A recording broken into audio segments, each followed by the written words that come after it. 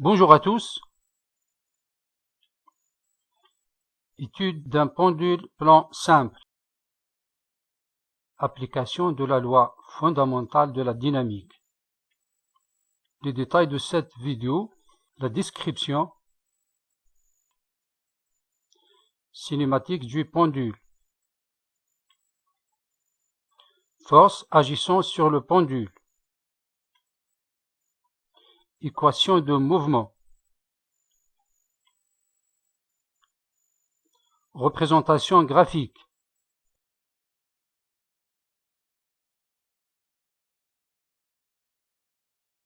Voici un pendule simple. La description. Fil sans masse.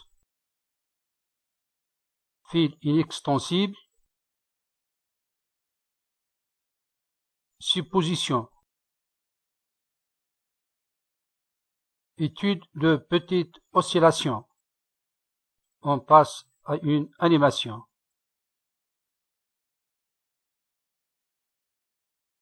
Position d'équilibre. Cette figure, c'est la position d'équilibre. Écartement du pendule. Θ max. Écartement moins θ max.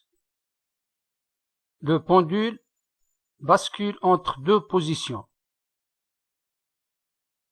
Θ max et moins θ max.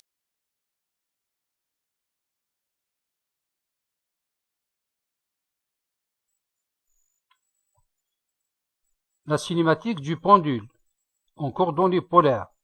La position de la masse M est donnée par les deux variables, ρ et θ. ρ, c'est le vecteur position de la masse M. θ, l'écartement du fil par rapport à l'axe vertical. Force agissant sur le pendule. La masse est soumise à trois forces. La force de la tension du fil. T égale moins T fois euro. Elle est dirigée vers le point de suspension. Cette force est dans la direction radiale. La deuxième force, c'est la force du poids, mg. Voici ses composantes, m cos θ g et m sinus θ g. La force centrifuge, Fr. Fr égale à ml θ point à la puissance 2 fois E ρ. Le module de la force centrifuge est donné par Fr égale ml θ point à la puissance 2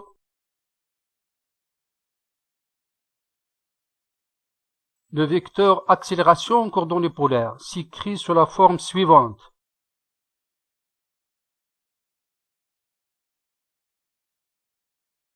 Pour plus de détails, voir le lien suivant. Ρ égale à L égale à une constante, donc ρ point égale à ρ2 point égale à 0. L'accélération A devient moins L θ point à la puissance 2 fois euro plus L θ 2 point fois Eθ. Ça, c'est l'équation 1. La loi fondamentale de la dynamique nous permet d'écrire la somme des forces égale à M fois A ou bien M fois gamma. A, c'est l'accélération. Donc, moins T fois euro plus mg cos θ fois euro plus ml θ point à la puissance 2 fois euro moins mg sinus θ Eθ égale à m fois A. Ça, c'est l'équation 2. On substitue l'équation 1 dans l'équation 2, on arrive à cette équation. On sépare les composantes radiales et transverses de cette équation. Moins T euro plus mg cos θ euro plus ml θ point à la puissance 2 fois euro égale moins ml θ point à la puissance 2 fois euro moins mg sinus θ Eθ égale ml θ 2 point fois Eθ. Puisqu'il n'y a pas de mouvement selon la direction radiale, alors moins t euro plus mg cos θ euro plus 2ml θ point à la puissance 2 fois euro égale à 0 et moins mg sinus θ Eθ égale ml θ 2 point Eθ. On projette donc g sinus θ plus l θ 2 point égale à 0, l'équation de mouvement. G sinus θ plus l θ 2 point égale à 0. En cas de petite amplitude ou bien oscillation,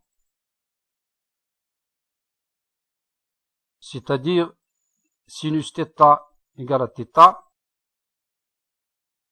ici on pose oméga 0 égale à la racine carrée de G divisé par L.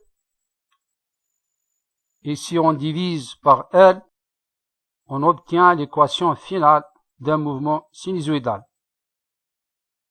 θ 2 point plus oméga 0 à la puissance 2 fois θ égale à 0. La solution de cette équation est une fonction sinusoïdale de la forme θ de t égale θ max cos oméga 0 t plus θ 0. θ max et θ 0 sont donnés par les conditions initiales. La période de ce mouvement est donnée par t égale à 2pi divisé par oméga 0 égale à 2pi la racine carrée de L divisé par G. La vitesse de ce mouvement est donnée par θ point de t égale moins oméga 0, θ max sinus oméga 0 t plus θ 0. L'accélération est donnée par θ 2 point de t égale moins oméga 0 à la puissance 2 θ max cos oméga 0 fois t plus θ 0. La figure suivante montre la variation de l'angle θ, la variation de la vitesse angulaire et la variation de l'accélération en fonction du temps. Voici le graphe. Ça c'est θ de t, θ point de t et θ 2 point. L'angle θ, la vitesse du mouvement θ point et l'accélération. On a ici la période t. On rassemble ici la variation de l'angle θ, la variation de la vitesse angulaire et la variation de l'accélération angulaire en fonction du temps. J'arrive à la fin de cette vidéo.